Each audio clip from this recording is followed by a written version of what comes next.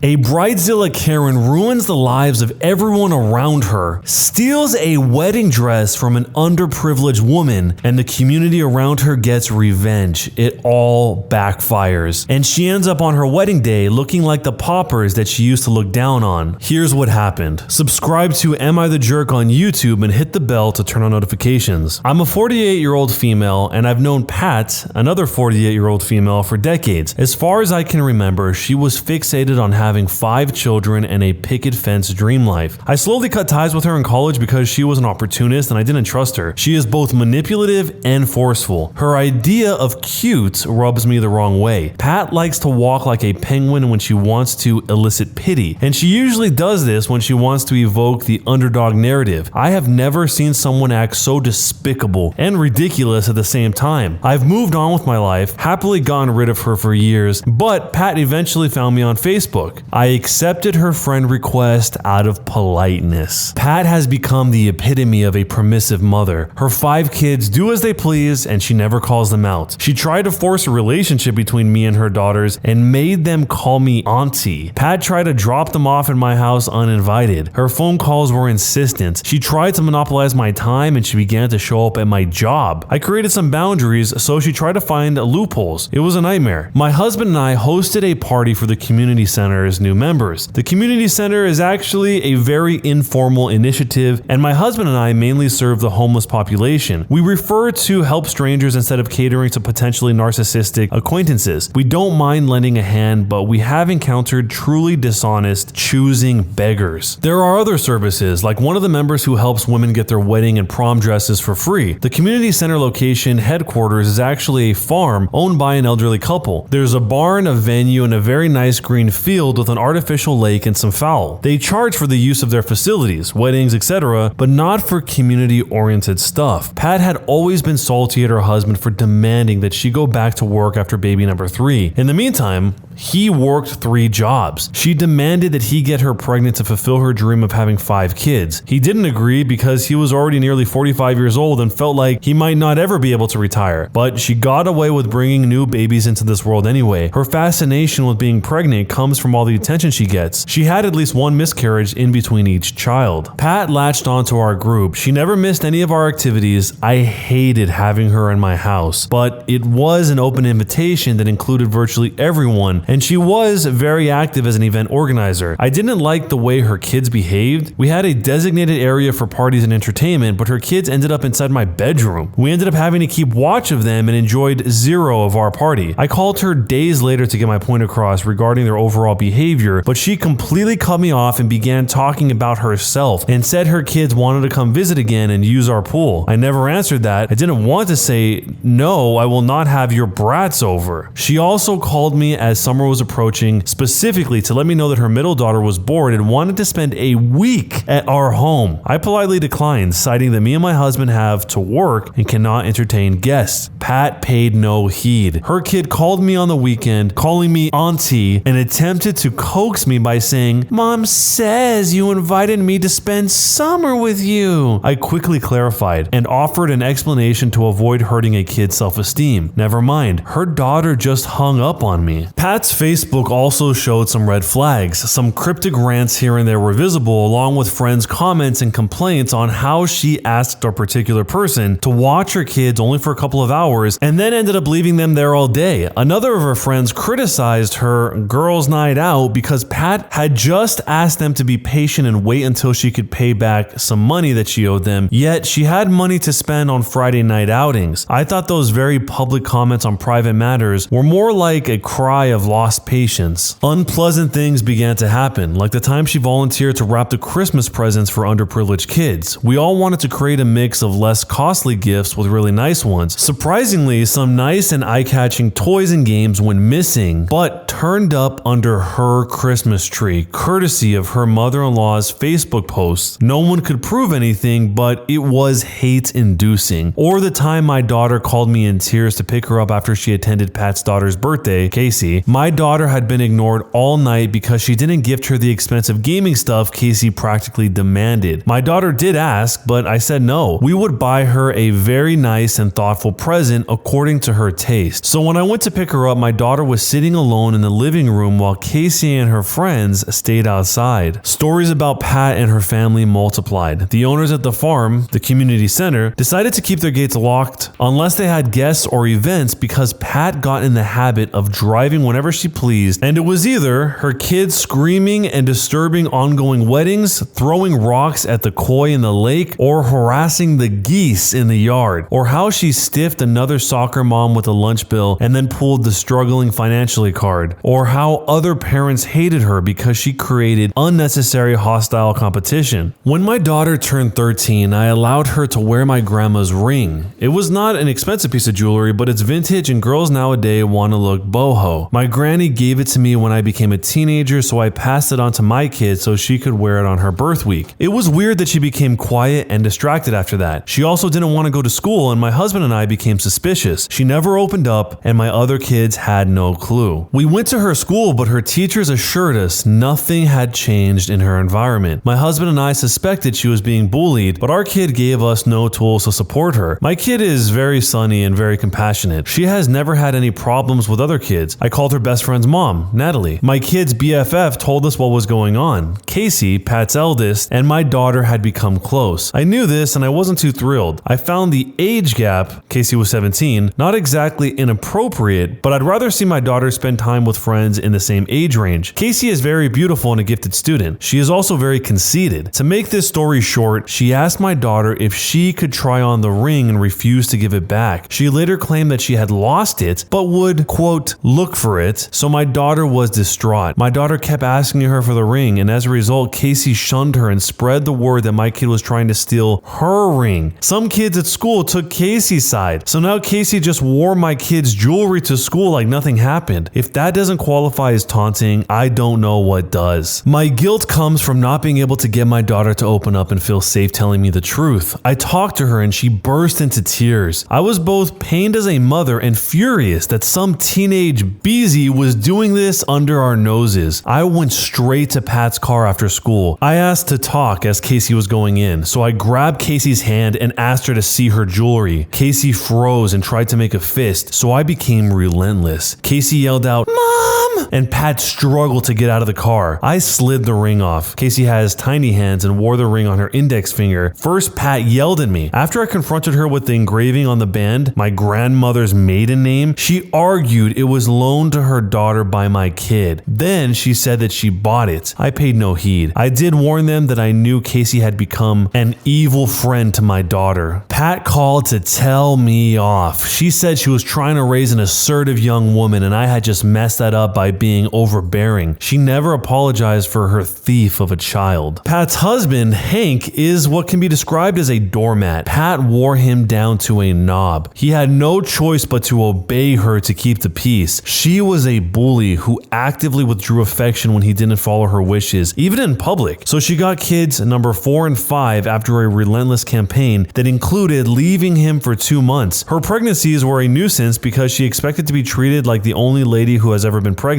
She strolled around in a wheelchair almost immediately after getting pregnant, and she would get very sick on weekends, so her kids were often sent to friends and family so that she could rest. Pat systematically bullied Hank. She would leave town and take the kids with her. Poor Hank would look distraught, drinking on his porch and just looking really lonely. This is how she got off the hook and was able to leave her job. Hank had virtually no voice, so he struggled to keep the marriage together. Everyone liked him but hated her equally. Hank loved to talk to other people but seemed concerned that Pat would be upset. Over time, according to my husband, Hank began showing signs of depression and mental distress. Our friend Lena runs the wedding/prom dress initiative. It's not complicated. Dresses are sourced from donations, eBay, truck shows, etc. Unusually beautiful dresses are retained so that more than one bride gets to wear them. In some cases, the bride will pay $50, but most of the time, the dresses are donated to the bride. Pat was involved in this. Lena kept her in because they never had any issues and her tasks were just limited to shipping the dresses out. Pat decided to renew her vows and her Bridezilla, Karenzilla attitude became the icing on the cake. For starters, she bullied bullied another couple into giving up their wedding date at the farm because she, quote, needed her renewal to match the exact wedding date. They were not impressed with her harassment, so they booked another venue. As a result, the farm owners were pissed because Pat was already costing them money after she had successfully negotiated a cut in their rate because, quote, she couldn't afford it, but will repay it by doing some maintenance work around the venue. She never made good on her word. Pat became attached to a particular dress that was already assigned to another bride. Lena made it clear that she would need to pay for her own dress, so Pat played it cool and shipped the wrong gown instead. She was adamant that it was the right dress despite all of the notes on Lena's agenda. The other bride was truly gracious about it. She was obviously disappointed, but never made a scene. What bothered me most is that I picked that dress and bought it for $40 at a garage sale. Not my money, Lena's money. It was a vintage dress, ankle length, white with lots of lace, and a huge bargain. Again, when confronted, Pat did a Casey and used the "this is mine" strategy. We felt so bad for the other bride that we did our best to get her something nice to wear. The other bride was a true fighter. She had pulled out of welfare, earned her high school diploma, and was working to get on her feet by trying to earn a certificate as an acrylic nail technician. So her reward was to have some Karen steal her dress? Pat never admitted to messing up, but just by the fact that she claimed it was her dress, we knew. Lena never allowed her in her warehouse again. Their last phone fight ended with Pat bringing up the other bride's past, like it mattered. And this conversation is over, it's my dress, and you are mistaken. This was weeks before the other bride's wedding. Pat went all out on her wedding decor. She spent way too much. She hired a caterer for some food, mainly mimosas and appetizers, but the wedding invitation included a request for specific dishes for her Sunday brunch wedding. Either she ran out of banquet money or was on complete moocher mode. Remember, she likes to walk like a penguin. I picture the penguin walking upon, practically asking everyone to supply her wedding reception grub, and I cringe. There is nothing wrong with potluck weddings. In fact, they can be a nice addition to a very cozy and family-oriented wedding reception. But don't you at least need to be close to your guests in order to ask for such a thing? Even I got an invitation. I told everyone I wasn't going because I was very uncomfortable being told what to bring and was probably expected to give them a cash gift on top of that. Some of the older ladies in our group agreed. Some said they would not decline in advance because she is a bully and they didn't want a confrontation. Lena called me the night before Pat's re-wedding. Lena was there to close the Saturday night bingo and Pat was awfully friendly, but that's what she does whenever things are going her way. Lena peeked into the garment bag and saw the exact same dress while Pat was caught up supervising the wedding decoration. The thing with Karens is that they expect everyone to suck it up or make their dreams come true, or they simply underestimate everyone and think that we are all fools. Lena is a very straightforward person with a "so sue me" attitude. She told me that she would just ruin the dress. After all, it was hers, so she could do whatever she wanted. If Pat wanted to take legal action and should things get ugly, she needed to prove ownership. However, the dress was the same. The marks inside, the hem, and the tags were the same. Even the tag numbers that were punched in to identify each dress for logistic purposes matched. Pat had the dress altered with some extra beading and dyed to a deep cream color, but it was obviously the same garment. Lena and I snuck in before the venue was closed for the night. All brides are allowed to stay in a small bedroom for a small charge so that they don't need to drive in on their wedding day. Honestly, the makeshift chapel was gorgeous. I don't know how she paid for it, but it was full of flowers and presumptuous details. I naively brought in some ink to spill on the dress, but Lena said that she wanted, quote, something more awful like a nasty surprise. Ink would be too obvious, and if she saw it ahead, she might be able to snag another gown from somewhere. No. The ideal thing was to have her trust that the dress was fine, so Lena locked herself in a bathroom stall and completely cut out the back panel. She patiently put it back on its hanger and zipped the bag. We left through the emergency door with the back of the dress stuffed inside of Lena's purse. I completely hate people who target and steal from anyone. Calculate to be in a weaker position, like how Pat and her kid do. The wedding was scheduled at 9 a.m. Pat called me at 7 a.m., but I ignored her calls. I picked up by 8 a.m., both curious and wondering if she suspected anything. Pat was frantic. She was crying that her dress was missing by half. I purposely made her explain, being annoyingly dense and continually interrupting like she does, and stalling the conversation. She asked me if I could lend her my wedding dress. I said no, sorry. She then asked me if I would help her get a dress. I was satisfied to remind her that the town's bridal shops were closed on Sunday, and the others that would open were almost an hour away. The farm is almost 1 hour away from our town. If Pat could get a shop to rent a dress, she would need to try the dress on and get it steamed. Even if the dress was ready to wear, it would easily take more than 2 hours round trip. She tried to ask me to go pick a dress, and who would pay for this? Even if a shop were open and brought her a dress, it would add to the cost. Also, these shops open at 10 a.m. or 9:30 at the earliest. By the time they got to her, it would be time to wrap up the wedding because she needed to clear the venue by 12 for the next event. She broke down and mumbled some stuff that I didn't understand, so Pat hung up on me and called Lena instead. She asked Lena to bring her anything she had available. Lena and I ended up delivering the most outdated, moss-smelling, oversized dress. Pat's disappointment was a mix between angry and emotional. She also tried to wear her knee-length silk bridal slip as a wedding dress, but it was too obvious and it looked really cheap. She tried to get her daughter to give her her own wedding dress to wear with an open back zipper due to fitting issues, but Casey refused, asking if she was supposed to attend the wedding naked. She got a point, plus Casey is petite. The dress needed a petticoat to plump up the skirt, which wasn't available, so it dragged all over the floor and Pat had to keep pulling it up. Pat walked down the aisle with one hand on her bouquet and the other grabbing her dress. The dress looked limp and weird with the arrangements of pins. They didn't show, they caused the sleeves and the neckline to pucker into messy rims. She spent the ceremony looking uncomfortable and out of place. Very few people attended, but that was not part of my revenge. That was just how people reacted to her entitled attitude. The dress looked awful. The reception portion of the wedding had this princely decoration, a very nice cake, and Bridezilla with a dress from hell. I didn't stay, but I was told she was so disappointed and spent her wedding sulking. There was no dance, no actual speech. She had to change into a shirt and leggings because the dress was too uncomfortable. Everyone talked about how Pat put on her flip-flops and walked around aimlessly until she ordered the ushers to start folding up the chairs within 1 hour of the reception. So she practically kicked everyone out and the cake was never cut. Pat was not the same after this. She was not as loud and avoided everyone. I think she was disappointed that nobody ran to her rescue, not even her family, who came from out of town. Her husband finally cracked under all the pressure and sought some help. He was slaving away and coming home to clean the house while Pat used her kids as an excuse to spend money like crazy. Hank, her husband, also had to do the kids' homework because Pat never had the time or the patience. She also refused to get a part-time job so her kids could attend an after-school program and get help with their school stuff. Therapy seemed to help Hank because the last time Pat left with her kids, he didn't seem distraught. He would be riding his bicycle and he could seem more relaxed while mowing his lawn. Hank told my husband that he contemplated doing the unspeakable act to himself after their third kid was born. When Pat returned, he maintained the routine but was interested in going out by himself and doing things for himself. We began to see Pat alone all the time. Hank was seen less and less in the same car, and eventually he moved in with his parents. He filed for divorce on the grounds of emotional cruelty, and I don't think that he won. Instead, I'm not sure of this because this is what I was told, there was some sort of settlement or agreement that she would not get close or interact with him unless it had to do with the kids. I also don't know if Pat even actually suspected who or what happened to her dress. She slowly pulled away from the community center and became less active in social gatherings. Pat also removed me from her Facebook, as well as everyone else from school and the center. Was I the jerk for my part in the revenge against this Bridezilla Karen? So this whole thing really started because she accepted her friend request out of politeness. It seems like that's how a lot of situations tend to start. Pat, the Bridezilla Karen here, just seems like she's really not self-aware at all. Somehow she's so oblivious to the effect that she has on people, not only her friends and people in the community, but even her own husband. It's either that she doesn't recognize this blatantly obvious response everyone gives her, or she does and she doesn't care and she just wants to get what she wants to get, which sounds like that might actually be what's going on here. Especially when you see the parts of the story where she actually steals from the underprivileged woman. And that other lady didn't complain or say anything. She just took it on the chin and obviously was disappointed, but didn't even try to fight back to get her wedding dress. That part of it is sad because it doesn't seem like Pat has any remorse for any of the collateral damage she's creating in her path to get whatever it is that she wants. Not only the dress that she stole, but the people that had their wedding planned, that she bumped them out of that location and date, and who knows what those people had going on in their lives. They might have already had people fly in from out of town to go to this wedding that can't change their plane tickets, and now they can't go to their wedding at all. It's just a series of selfish decisions, one after another. And then she has the surprise Pikachu face when she realizes nobody likes her. So if you were in a situation with a Bridezilla Karen like this, let me know down below how you would handle it, and jerk or not a jerk, and why. Also, make sure to follow the Am I the Jerk Instagram to see some extra goodies on there. When you subscribe, make sure to hit the bell to turn on notifications. To finish listening to all the stories in this series, use the playlist at the top of the description. And next time you live stream, use the cream of the crop music. Search for Cream of the Stream on Spotify or whatever music platform you use for copyright-free music to use for your stream. It's free. Cream of the Stream. Either way, thanks a lot for listening. I'll see you guys next time.